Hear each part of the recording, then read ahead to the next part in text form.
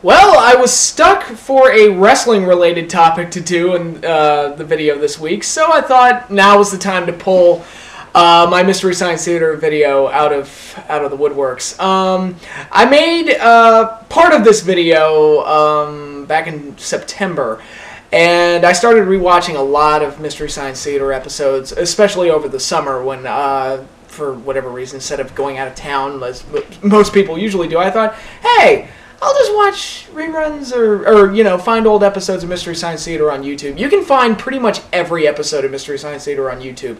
Of all the ones I looked for, I think there was only one I couldn't find.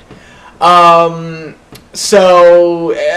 lot of them can be found on YouTube, in case you're wondering. But I just wanted to take the time and pay a little tribute to one of my favorite shows of all time. One show that was a big part of my childhood and one that I adored and loved, and it was just a lot of fun. I loved Mystery Science Theater. I still do. It's even funnier now as an adult, now that I get most of the jokes, because as a kid it was just funny to hear puppets sarcastically rip apart a movie, but now I actually get a lot of the jokes that are being made, so it's really aged very well, and you can pretty much, it's a very accessible show. You can jump into it at any point in any season and just enjoy it, because it's really all about, just sitting in a movie theater and making fun of a movie. And I think a lot of people who grew up watching a lot of old B movies on TV, and us nerdy kids, and I grew up with Godzilla and Gamera and all these things, so I actually had watched most of the Gamera movies before they showed up on Mystery Science Theater, so they were not foreign to me when they popped up on the show, and I love them even more when they showed up on Mystery Science Theater. So I was used to watching movies like that. So, and again, when you're a kid, you get friends together and you watch those bad movies, you make fun of them. So it was great to see a show like that basically took what a bunch of kids and some adults were doing, whenever there was a bad movie on TV, and they just thought, hey, let's actually just make a show about that and just, put our funny voices and our funny comments and our funny, commentary on this really awful, D-grade movie. And it's such a simple idea, but man, did they get a lot of material out of it, from not only from the jokes they were able to make, but just the caliber of movies that they were able to find for this show was just astounding. And they never seemed to be in short supply of movies. If anything, as the show progressed, the movies seemed to get more and more outlandishly stupid. And that's pretty amazing that they ran for 10 years and never ran out of material. They were just, it was just glorious. And typically for me, the dumber the movie, the more I enjoyed it, because it clearly made the riffers, it made their job easier, I'm sure, to watch these bad movies. Like, if it was just so insanely stupid, like Space Mutiny or Werewolf or something like that, I'm sure it was just easy for them to rip it apart. And they must have had a field day cracking jokes while watching movies like that. About the specifics of the show, as far as the characters go, I know there's a debate among fans over which host was better. Joel, who started off with the show, and Mike, who took over for him when he left, I think in the middle of season 5, I want to say, on Comedy Central. And I don't know which one I like more. I think the riffing of the movie got better as the show progressed. And by season 10, when they were on the Sci-Fi Channel, I think the riffing was as good as it ever was. So I think Mike probably benefited from a more polished procedure as far as riffing the movies goes. And yeah, but I don't know if that makes him better than Joel, though. Again, I really like them both. Joel was more dry and Mike was a little bit more lively, and both had like their own different forms of humor that they brought to it. What I liked about Mike, though, was that, and it wasn't that Joel didn't do this, but Mike, there seemed to be more music incorporated when he took over as the host, and I tend to like that. I'm a big fan of using music for comedy and just making up silly songs. you know, for the sake of getting laughs. I think if you're able to make a really funny song, you can create something really memorable and really funny. And because it's musical, it'll get stuck in your head and you never forget it. You know, a lot of people rag on the Producers, the musical version of the Producers. Not the Broadway show so much, but the movie version of it. I was like, yeah, it's not as good as the original, but those songs are great. I mean, I love those songs, so I tend to give the movie a pass. And whenever Mystery Science Theater did anything musical, it was usually very good. And my favorite character on the show was probably Tom Servo, played by Kevin Murphy. The voice he gave that robot was just so perfect, and whenever he started singing, I would just go into a fit of hysterics. I still do. So a lot of my favorite Mystery Science Theater episodes are very, you know, they probably include a musical tune somewhere in there. And, you know, Tom was my favorite, again, I largely just because I just love Kevin Murphy's voice. Like, everything in addition to the singing, his sarcastic comments were always just hilarious to me. I also love Crow, you know, even after Trace Beaulieu, I'm sure I butchered the name there, and I'm sure I'm going to get bitched out for it, but he was really good as Crow, but I thought, and again, I'm forgetting his name, the guy who took over after him for the sci-fi era. God, I'm a horrible Mystery Science Theater fan. I don't remember their names. He was really good, too, so I really liked Crow's character as well. And really, they were the two mainstays to me, Crow and Tom Servo. And there were a lot of cast changes throughout the show. Obviously, Joel left, and Mike took over as the main host, and Trace left as Dr. Forrester. And that was probably the one human cast change that I missed. And it's not that Pearl was bad. She was a writer on the show before she took over as one of the main mad, as they called the bad guys, but it's not that she was bad, it's just that I liked having that stereotypical mad scientist format for the host segments. I don't know why, but the idea of a mad scientist trapping a guy in space and forcing him to watch bad movies was a really funny concept to me, and I just liked having, you know, with the crazy hair and the mustache and the glasses, and just that stereotypical mad scientist, something that you would see in one of those bad movies that they were watching. And I just love Dr. Forrester's character, and that was the one human cast change that I missed. But you know, TV's Frank was cool. He was kind of the Igor character, but I didn't dislike the sci-fi era where Pearl took over, and you had Kevin Murphy playing a monkey. I think his name was Bobo, and Brain Guy and as the sidekicks. They were fine, but at the end of the day, as long as they kept the robots, and they can even recast the robots. Obviously, Trace left, and they got a new guy to play him. But as long as they kept Crow T. Robot and Tom Servo, I was like, okay, I'll accept whatever change you give me. I won't. Because I don't know why. I've got a thing for puppets. I'm a big Jim Henson fan, so I've always had a kind of a soft spot for puppets. So, love Crow, love Tom Servo, and even with all the changes that the show went through, especially going to sci-fi and the obvious format changes, like in Season 8, they started having story arcs from episode to episode, which really made no sense. They've even talked about that in interviews, how that was kind of dumb, because it's a 2-hour show where most of it is spent watching a movie. There's not really a whole lot of room to do story arcs with that, and that's where it is. And I think that's why I was able to accept so many of the changes as the show progressed. At the end of the day, it was all about the movie. It was about how stupid the movie was going to be, or how bad the movie was going to be, and you know, what jokes were they going to make about it? And, man, they covered some stinkers in their day. A lot of people say Manos is the worst movie they did. I think Monster A Go-Go, if it's not worse than Manos, it certainly gives it a run for its money. I would probably say that's the number one worst, but even the people that say Manos is worse, you've got to concede that Monster A Go-Go is pretty damn close. I mean, that one is just a mess. I don't even know if you can call that one a movie. And, yeah, it was amazing how many of those movies I had actually seen. I already talked about the Gamera movies, but I'd actually seen some of those movies outside of Mystery Science Theater. I'd seen, they did Godzilla vs. Megalon, which obviously is a Godzilla fan. I'd seen that. They did Godzilla vs. the Sea Monster. I'd seen that. All the Gamera movies.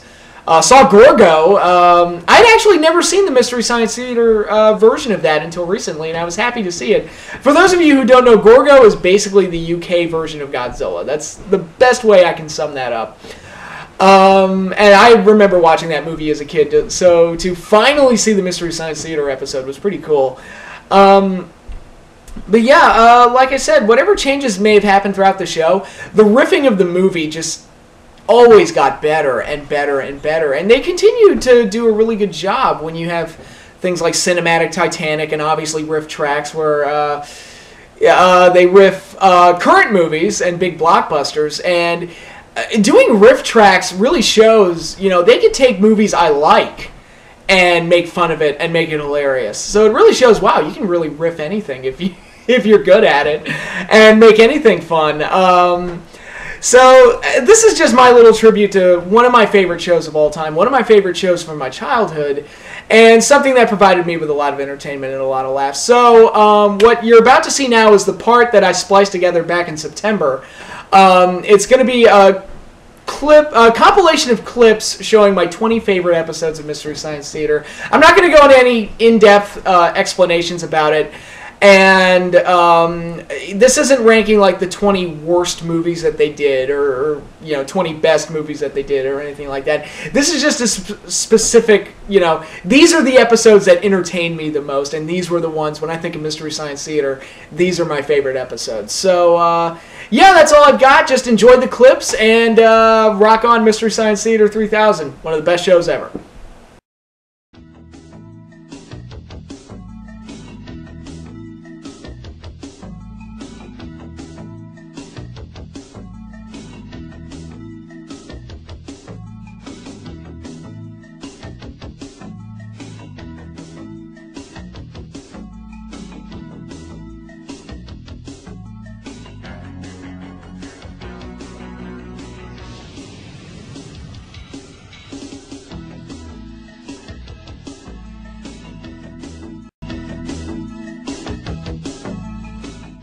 Just an ordinary shoe salesman. Liar! Liar! Liar! Or have you put Jimmy Wilson to work? Why, I haven't laid eyes on him. Have you seen him? Liar! Liar! He's as good as forgotten. Liar! Liar! And everybody Well, the way lies he in this talked, I thought by now. Sit with me and Satan too. He's your friend and mine. This is where the fish lives. Why did you run? 'Cause this is where the fish lives. Where's my bike? I reported it stolen 80 years ago. We're cursed. No. We are cursed. Come on, we're cursed, please. The song is in the public domain. That's why we used it twice.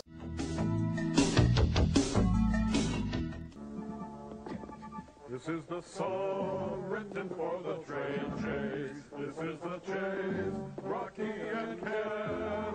He tried to kill me with a forklift. Olay! The chilling sound of cardboard against cardboard. We're still fighting bravely for our vague goal. You sleep in the barn. This isn't the barn. This is one of the most ambitiously bad movies we have ever done. It's called Laser Blast, and Leonard Maltin gives it 2.5 stars. And action. Cut. Beautiful. Think of all the dope I can smoke with this. He said he's going to shoot you on sight next time you set foot on the property. Ah, we have someone to root for. Thinking this and Roddy McDowell ate up about 90% of the film's budget. So we're watching someone waiting for someone. Yeah. It's the point when it stops being a movie. It's like watching an aquarium. So I wonder what the flaw was that kept Leonard Maltin from giving us the full 3 stars. Let's go, camera! Camera! Camera! Camera is really neat. Camera is filled with meat. We've been eating Gamera. Shell, teeth, eyes, flames, claws, breath, scales, fun. Dr. Forrester is kind of a jerk, and Frank is really dumb too.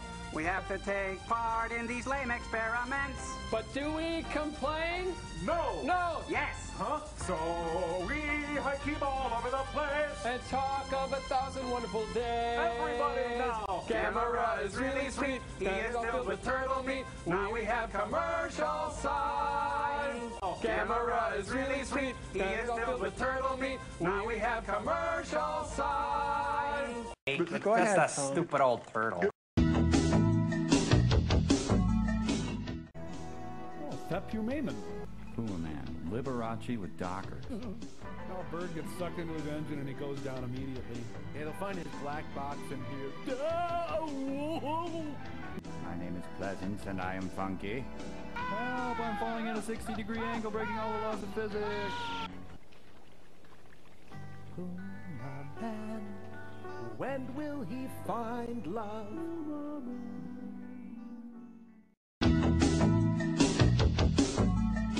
Wow, wow, wow, wow, wow, wow, wow. Charlotte's doing bachelor parties now. Packers!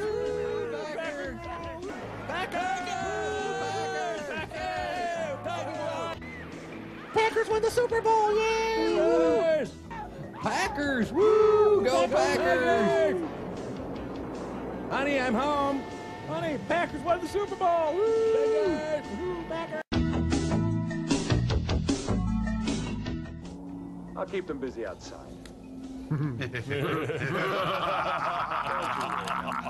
Everything's gonna be all right. Oh, come on. This is a little ridiculous. Okay, so he kills a deer, he tans the hides, he stretches the skins, he makes an anodized aluminum frame, he learns how to extrude and weld all in about 5 minutes, huh?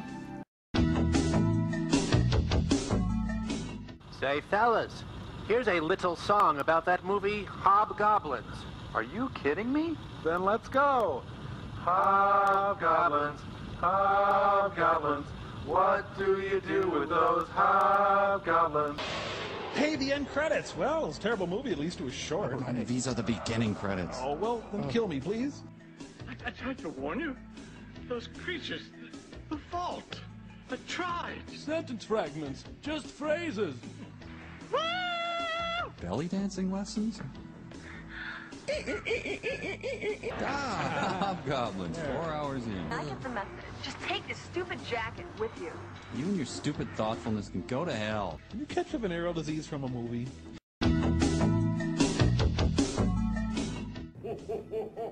Whoa, now this is good old-fashioned nightmare fuel.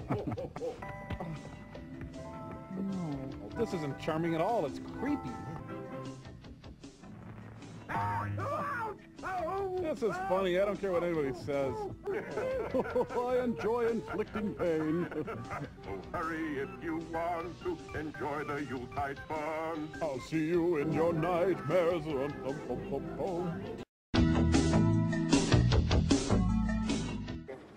I'm Rousdower. Zap Rousdower.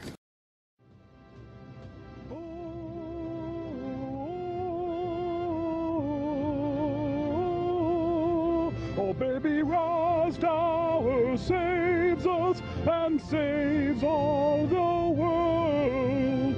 Ooh. He comes to save the day in a broken truck with a stinky denim jacket on his back. He couldn't help this movie, which really sucked. But at least we didn't have to see him play a hacky sack. What? I'm sorry, I panicked. Well, wake up. This is important to me, damn it. Well, I'll try to do better. Shh, here it comes. Listen. Rossdower saves us and saves all the world. I wonder if there's beer on the sun.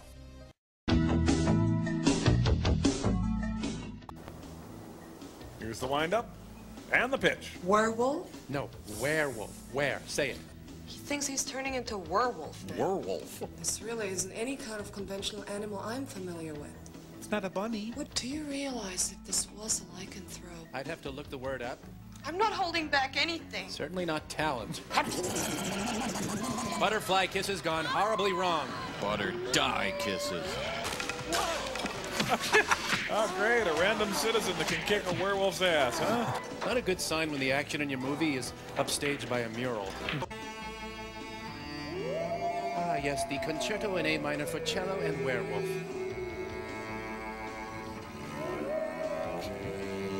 Man, they're establishing the hell out of this building here. Yeah. Hi, fellas. Look, I just wanted to let you know, I know this movie's a tough one, and I just wanted to let you know I feel for you. Yes, it's Manos, the Hands of Fate. Well, you know, Manos. Right. Not in so many words. You know, Manos. Oh, yeah, I hear you. All right, a little Manos taking us up to news time here, Manos. Honey, please, not while I'm driving. So, once again, in case you forgot, Manos, the Hands of Fate. No! Now they're going back the other way. Oh, honey. You. I'm sure they dissolved to the same sea. Pretty soon, now, I'm guessing we'll find Manos, the Hands of Fate. Look, can we drop off Tim Weisberg now? Every frame of this movie looks like someone's last known photograph. That's not how you wear your Depends, Torgo. Been hitting the Thigh Master, Torgo? It's like having Joe Cocker as your bellhop. Next on ESPN, Full Contact Nightgown Wrestling. Yep. When there's a full moon, I tell you, that's when the crazies come out. Uh-huh. It's starting over. No, I can't take This it. really bites.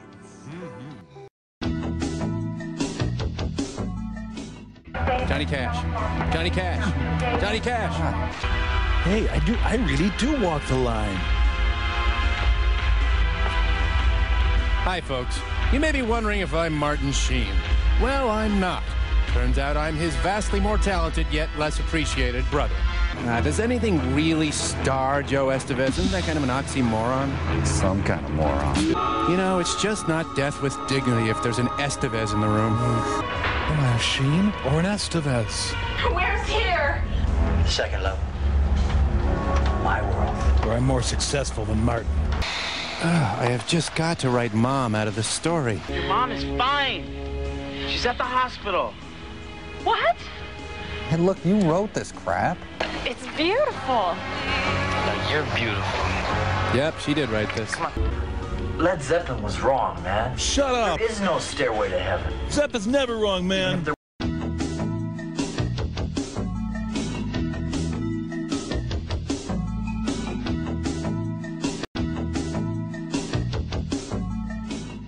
Let's get out there, kick the back! Trunk slam chest. Fist rock bone. Stump beef knob. Smash lamp jaw. Punch rock groin. Buck plank chest. Stump junkman. Dirk hard peck. Rip steak face. Slate slab rock. Broad bone meal. We put our faith in blast hard cheese. Fridge large meat. Punt speed chunk. Butch deadlift. Flint iron stag. Bolt Vanderhuge. Thick McRun fast. Blast thick neck. Crunch butt steak. Slab squat thrust. Oh, slab. Oh, hunk. Oh, flink. Brick hard meat. Whip slag cheek. Punch side iron. Gristle McThorn body. Slake fist crunch. Buff hard back. Bob Johnson. Oh, wait. Well, anyway, got that out of my system. Roll fizzle beat. Buff drink lots. Big McLarge huge.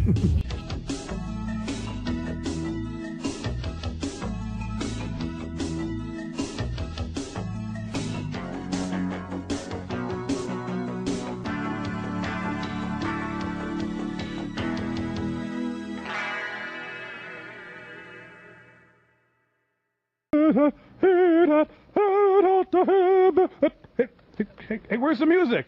You guys! The end! Ow!